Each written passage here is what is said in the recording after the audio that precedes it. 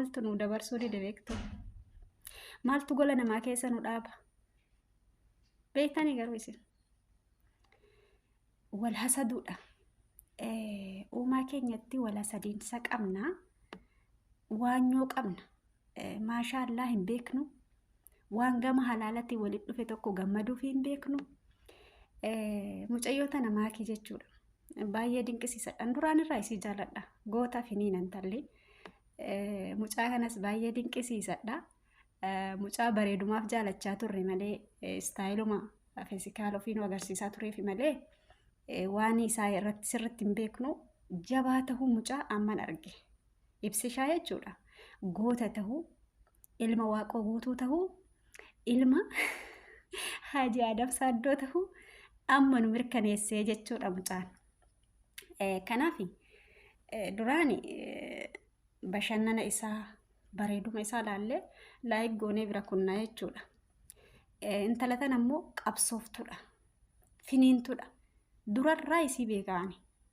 Si galee mee dhiisaa walii dhiisaame rabbu walii filate akkanumatti fiixa haa baasu waliif dhiisaame. Yoo walii dhiistan maal taatan mina hima. Waan isin dhukkubutu jira. Bakka isin quuqu wayiiti jira mee ijoollee. Gabaabbinna jettanii. Mucaan biyya meeqatti itti dhufee fuudhee bada jiran. Wanna mucaa kana nan dinqisiisadha, nan jaaladha, baay'ee natti tole ibsaa shaanii jedhee dubbadhuufi ibsaa kana maaf akka jaaladhu ta'e akka faarsu ta'e dhiirummaa isaa guutuudha. Waan abbootiin keenya kaleessa dalagan galmaan ga'uuf tattaafataa jiraachuu isaati. Dasna jedha. Jara na barnuuti ummata arfan qalloo fi manni siikoo mandoo kuni wallaahi ummata seenaa guddaa qabu.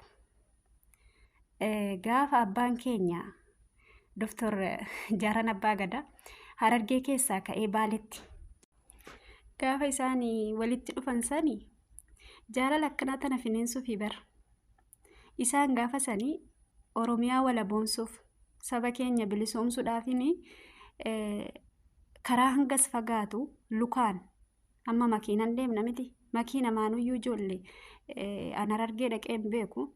Asallarraa garuu gizee Baaleen deemnu haga lufti keenya keessa taa'uu dadhabnee fannu ni beektanii.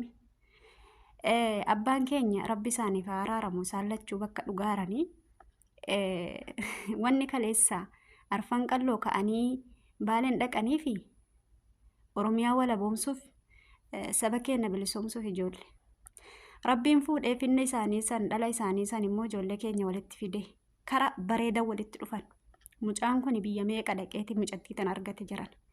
Itti deemee itti dhufe amma isin dhugaa rabbii olaanaan hinaaffadha malee gabaabbinni mucattii ibsaa biraa fokkattee miti. Dhugaa ibsaa biraa baay'ee bareeddi mucattiin. Waliin bareedan. Si jammar dubartiin gabaabbattee dheerattee fokkinnan qabdu. Dubartii wanta isii fokkisu isinii himu fuuluma tana. Dhugaa rabbii amalan badiin. Mooyaan dhabin. Bareeduma qabaachuu qabdi. Bakka sanitti bareeddee gabaabbattee bakka sanitti finiina ta'uu qabdi. Mucayyoon tun bakka sanitti finiina. Waan qimamii wayii. Dhiisa fi mee ana isiniin jedhe micamaa dhiisa. Rabbi waliifaa dhiisu. Rabbi nama finna bareeda walirraa baasu haa godhu. Karaan jarri jiran kun natti tolee jiraana. Isini ka jaalattanis ka jibbitanis bira kutaa. Ka jaalattani laayik. Ka jibbitani jedha garaa keessanii dhadhaa bishaan taljii wayiitti dhugaa. Maali isini maali? Yaa Rabbi. Jechuun akkam taana jiran akkam isin jalaa taana. Jaalala filaame wallahi jaalala filadhaa. Wanni akka jaalalaa bareen hin jiru. Tanumaan isinii dhaamaan. Ommoo ifinaan tanuma isinii dhaamti. Indee gabaabbatte. Way naataate jedhe mucaan biyya meeqa dhaqee laagee dhufeetti. Ofitti qabee dhungate. Nikaaya godhate. Harargee dhaqe. Harargee irraa Kaayiroo dhufe. Maaluma barbaaddan isin? Maaluma barbaaddan? Isii jecha biyya akka barbaade istaayil ofiin agarsiisaa ture san keessaa Itoophiyaa wanni galeef sababa mucayyoo tanaati. Baaleen gallaan Baaleen hin taa'u jedhee maatii isaa qabatee akka heeraa fi seera Oromoon itti bulutti Harargee dhaqee nikaa godhate. Amantii ofillee guuttate. Ka'ee Kaayiroo Harargee sanii Kaayiroo dhaqu malee dhufeetti. Amma maal godhii jettaniin isin?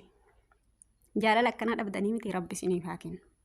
Jaalala akkanaa rabbi isiniif haa kennu. Ani waan jaalala akkanaa qabuuf hin hinaafuun gammada malee. Osoo qabaachuyyuu dhabe jedheetini yaa rabbi anaafis waan bareeda